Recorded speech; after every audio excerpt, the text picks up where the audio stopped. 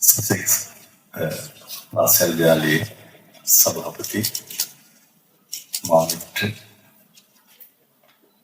එක විශ්වවිද්‍යාලයේ සංගීත විදිහට අපිට හිටපු සුනිල් ජයතිස්ස සභාපතිතුමනි විශ්වවිද්‍යාලයේ විදුහල්පතිනි තුෂාරි බණ්ඩාර දයාබර දෙමාපියනි ශිෂ්‍ය නායක නායිකාවන් ලෙස පදක්කම් ලැබුණු දරු දෙරියනි ආරාධිත මුත්තනි මුලින්ම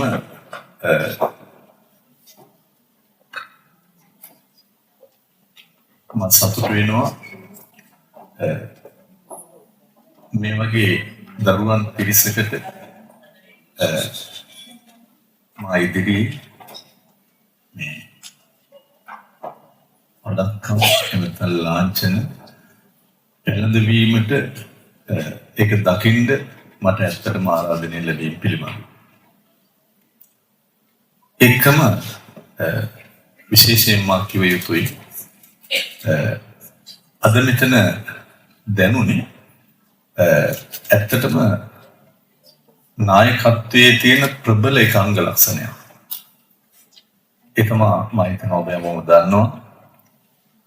ලෝකේ වැදගත්ම ආචාර ධර්ම තමයි කෙනෙක්ට කරු කිරීම. රෙස්පෙක්ට් කරන එක. ඉතින් තමන්ගේ දෙමාපියන් ඉදිරියේ තමන්ගේ දෙමාපියන්ට වැඳලා තමන්ගේ විදුහල්පතිනියට වැඳලා තමන්ගේ ගුරුවරු ගුරුවරයන්ට ගරු කරලා මෙතෙන්ට ඇවිල්ලා ඔබ මේ ලබාගත් නායකත්වය මම හිතනවා ඔබට ජීවිතේ සාර්ථක මිනිහෙක් ගැහණියක් වෙන්න අවශ්‍ය පසුබිම් මෙතනින් නිර්මාණය වුණා කියන එක. මම ඒ ගරුත්වය දෙආකාරයකින් දැක්කා. එකක් මේ තුෂාරි බණ්ඩාර විදුහල්පතිතුමියට තිබුණා මම නොවන වෙනත් අයෙකු මෙතන ප්‍රධාන අමුත්තෙක් විදියට ගෙන්නවා. මම හිතනවා ඇයගේ හිතේ මම ගුරුවරයෙක් විදිහට මට කොයි වෙලාවක හෝ ගරුත්වයක් කියන එක දක්වීමේ අවශ්‍යතාවය තියෙන්නේ නැති. ඒ නායකත්ව ගුණාංගය ඇය මෙතන ප්‍රදර්ශනය කරා. ඉන්පසු ඇය මෙතන දරුවන් තමන්ගේ දෙමාපියා ඉදිරියෙන්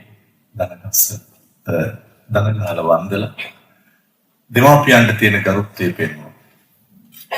මම හිතනවා ඒ ඔබට හොඳටම ඇති ඔබ යහපත් පුරවැසියෙක් වෙන්න. අද ඔබ මේ මව්පියා ඔය දෙන්නගේ කෙනෙක් ඉදිරියේ මේ ගත්ත දේ ඔබට හොඳ නායකයෙක් නායිකාවක් වෙන්න ඉතාම මැනවින් හොඳ පසුබිමක් සැකසුණා කියලායි මගේ අදහස. ඒ නිසා මම හිතනවා මේ නායකත්වය කියන්නේ විෂයක්. මේක අපි උගන්වනවා. අපි උගන්වන තැන කියන දෙයක් තමයි නායකත්වය කියන්නේ කෙනෙක්ට බල කරලා ලබා ගන්න දෙයක් නෙමෙයි චර්යාවට බලපෑම් කරන දෙයක්. ඒ නිසා චර්යාව කියන්නේ මොකද්ද? බිහේවියර් කියන්නේ මොකද්ද? මම හිතනවා ඔබ දන්නවා. සමහර කෙනෙක්ගේ උදේ වෙලාවට ඇහැරීම චර්යාවක්. කතා කරන එක චර්යාවක්. හරියට ඇඳුම් අඳින පළඳින එක චර්යාවක්. සංනිවේදනයේ චර්යාවක්. මේ චර්යාවට යම් කෙනෙක්ට බලපෑම් කරන්න පුළුවන් නම් ඒක තමයි නායකත්වය. ඒක ගහලා බැනලා කරන්න පුළුවන් දෙයක් නෙමෙයි. ඒ නිසා අපි ඒ චර්යාවටයි බලපෑම් කරන්න ඕනේ. ඒක මම හිතනවා නායකත්වයේ තුල තියෙන සුවිශේෂ අංගයක්. සමහර විට ඔබ යන කොරිඩෝ එකදී දෙපැස මොනවා හරි කුණු ගොඩක් හරි මොනවා හරි තියෙද්දි ඔබ එතන යනවා ඒක ඩස්බින් එකට දාන්න නැතුව අපි හිතමු ඔබේ විදුහල්පතිනි කියනවා ඔබට දරුවා චුට්ටක් ඉන්න මම මේ මුණ ගැහෙන්න ඕනේ මම මේ කුණු ටික මේ ඩස්බින් එකට දාලා එන්නම්.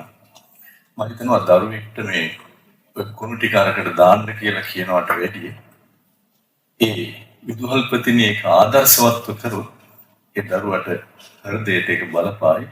ඒ දරුවා ඊළඟ දවසේ විදුහල්පතිනිට ඒක කරන්න ඉඩ තියන්නේ නැති වෙයි. ඒ නිසා ඔබ කළ යුත්තේ නායකයන් නිර්මාණය කරන එක.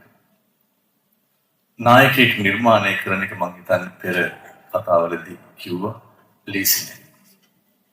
ඒසයි අනුගාමිකයන් තුලින් තමා නායකයෙක් බිහි වෙන්න ඕනේ. ඒ නිසා ඔබ අද මේ ලැබපු නායකත්වය හෙට ඔබේ පවුලේ නායකයෙක් වෙන්න, ආයතනයක නායකයෙක් වෙන්න, රටේ නායකයෙක් වෙන්න, මේ ලෝකේ නායකයෙක් වෙන්න, සමහර විට සංගීත කණ්ඩායමක නායකයෙක් වෙන්න, ක්‍රීඩා කණ්ඩායමක නායකයෙක් වෙන්න.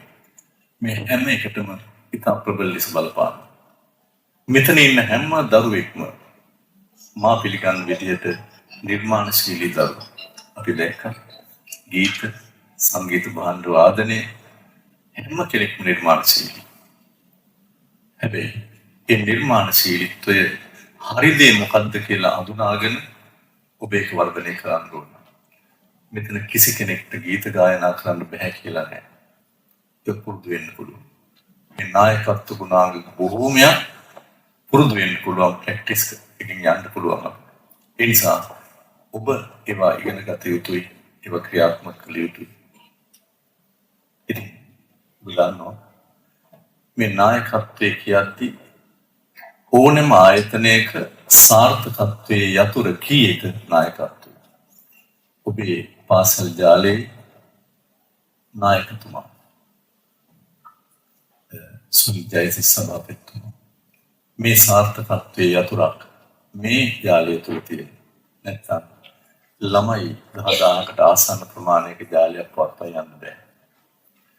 මේ තුෂාරි බණ්ඩාර ඔබේ විදුහල්පතිතුමනි නැතිනම් මේ අංශභාර ගුරුතුමන් ගුරුතුමියලා නැත්තම් සංගීත භාර නැටුම් මේ හැම පැත්තකම එහෙමනම් මේ සාර්ථකත්වයට එන්න බෑ. ඒ නිසා සාර්ථකත්වයේ යතුරු තමා නායකත්වය. ඒක ඔබ විශේෂයෙන් මතක තියාගන්න ඕනේ. මහින්ද සභාපතිතුමා හොඳ දෙයක් කිව්වා. ඇයට තිබුණා මේ උත්සවයේ පාසලේ ගන්න. ඇයට තිබුණා මේ උත්සවයේ වෙන තැනක වෙන විදියකට ගන්න. මේ තරම්ම ඔබව ගෞරවනීය තත්වයට පත් කරලා ඔබ ගේන්න තියෙන ඉහළම මට්ටමට ඔබ මෙතෙන්ට ගෙනාව කියන්නේ ඒ ගෞරවයේ උපරිම ආකාරයෙන් ඔබට දීලා තියෙනවා. ඒක ඔබ යහපත්ව භුක්ති විඳින එක තමයි වැදගත් වෙන්නේ. ඒ භුක්ති විඳපු දරුවන් කවුද කියලා අඳුරාගෙන ඔවුන්ගේ ඉදිරියේ කොහොමද පවත්වාගත යුත්තේ කියන එක දෙමාපියන්ට ගොඩාක් බාරයි. ඒ වගේම ගුරුවරුන්ට පාසල් මාතාවන්ට ඒවා ගොඩාක් බාරව තියෙන දේවල්. ඒ නිසා හැම වෙලාවකදීම විශිෂ්ටයෙන් බිහි කරන්නේ මේ පාසල් පද්ධතිවල. ඒක ඔබ අඳුරාගත යුතුයි. ඔබ මොන නායකයෙක් නායිකාවක් වුණත් වැඩක් නැහැ. ඔබ මොන මෙතන සම්මාන ලැබලා පළඳ ගත්තත් වැඩක් නැහැ. ඔබ ජීවත් වෙන්න ඉගෙන ගන්න නැත්තම්. ඔබ ඉගෙන ගන්න ඕන ජීවත් වෙන්න. මැරෙන්න නෙමෙයි අපි ඉපදුනේ. මැරෙන්න එක බොහොම සුළු දෙයක්. ඒකට බොහොම පොඩි දේවල් තියෙනවා. හැබැයි එන ප්‍රශ්න හමුවේ ඔය පුද්ගලික අදහසක් විතරයි. මම ඔබේ සභාපතිතුමා විඳපු රැක් ගන්නත් තමයි. එවන අපි කතා වුණේ අපි දහස් වාරක් මැරෙන්නේ. රැක් එක හොඳයි කියන අදහසෙන් මම මේ කියන්නේ. නමුත් අපිට පුළුවන් වෙන්න ඕනේ අපව ජීවත් කරවන්න. එන හැම ප්‍රශ්නයක් හමුවේම මේ දරුවන්ට ඉදිරියේ ප්‍රශ්න ගොඩක් තියෙනවා. ඒ හැම එකක්ම ඉවසීමෙන් නායකත්වයේ තුල ඉවසීම හරි වැදගත්. නායකත්වයේ තුල ඉවසීම වැදගත් වගේම අනිකාට ගෞරවය දැක්වීම වැදගත් කියලා මම කිව්වා. ඒ නිසා ජීවත් වෙන්න ඉස්සෙල්ලා ඉගෙන ගන්න.